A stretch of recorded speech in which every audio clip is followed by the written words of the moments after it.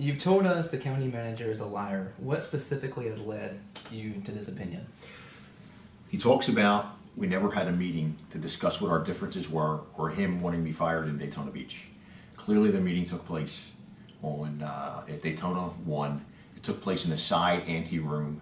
There were other elected officials there, and there were people from the Chamber of Commerce there. He consistently denies that meeting occurred. That meeting occurred, sure as I'm standing here talking to you. Now, either he has Alzheimer's disease or he's a pathological liar. The second thing that he's lied about repeatedly is he has known since I went to Tallahassee for the Sheriff's Academy that I was going to stand behind a bill that would allow the Volusia County Sheriff to be a constitutional officer, which basically meant my office would be removed from his power, and the people would get a chance to vote on that. He told me repeatedly to my face that he agreed with me and he would help me achieve that goal because, to quote him, it would make my job easier. I would make the same amount of money I make now, unquote. Last week he sat in my office and told me a bunch of things. One of them of which was how he was still supportive of the bill that would allow me to become a constitutional sheriff, only to get a phone call 2 days later from the Florida Sheriff's Association asking me if I was supporting the bill because he had been in the room when Volusia County lobbyists, including Volusia County Councilperson Pat Patterson, testified about how everything in Volusia works great and everybody is happy and they wanted to be removed from this bill. So which led to a phone call of which I used extremely colorful language in which I called him that he lied to me and called him out on it again, in which he blamed the county council, he blamed the county attorney, he blamed everybody but him, and then told me, I'll fix this, I'll set up all these meetings for you that I'm going to now with the county council. So when you look at that and you couple that with some of the easiest changes that I want to make, a print incentive day, basically that is the deputies go to your house for scene of a burglary or car break. They really take painstaking means to process the scene. If they get a fingerprint or they get a DNA that leads to a suspect where we didn't have one, we can make an arrest out of that. I want to reward them with a day off. That day does not cost the county a dime. We've had that policy in hand since the first week of January. It took over 2 months for me to implement that. Now, I don't know if that's a show of power on his end or what that is, but that's unacceptable.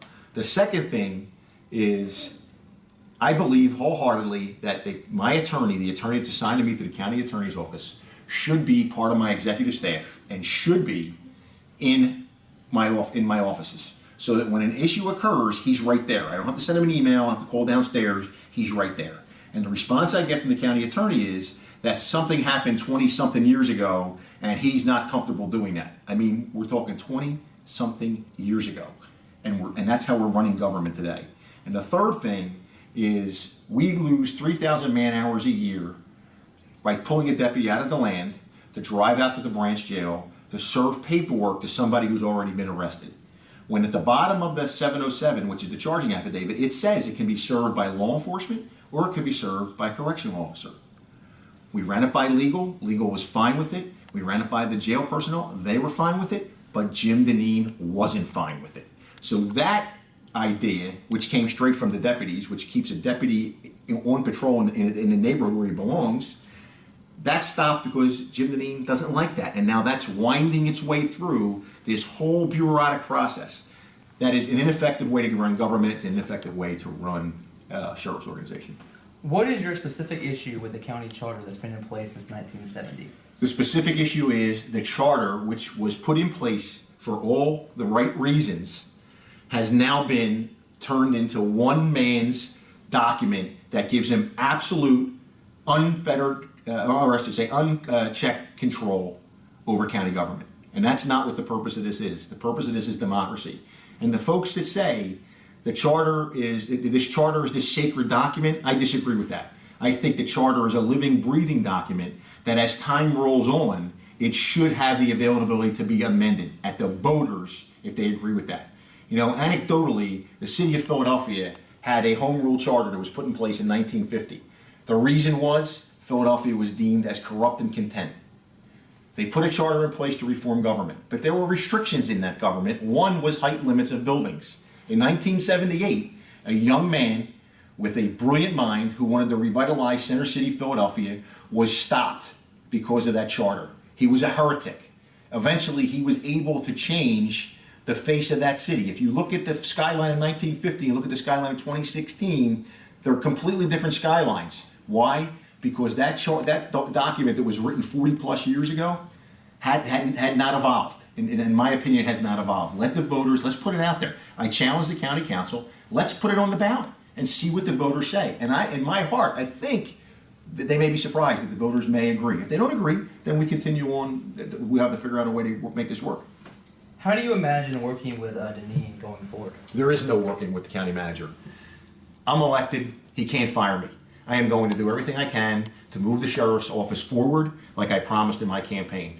And anybody that saw me campaign knew I kept talking about open up the windows and allowing the fresh breeze of change to roll through.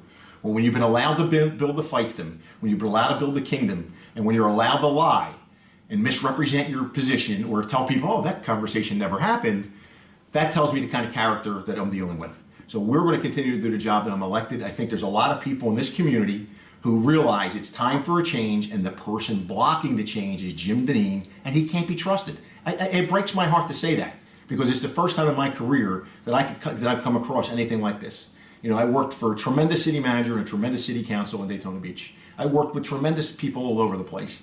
The Volusia County Sheriff's Office is loaded with talent and men and women that are screaming for the opportunity to be unshackled and do their job.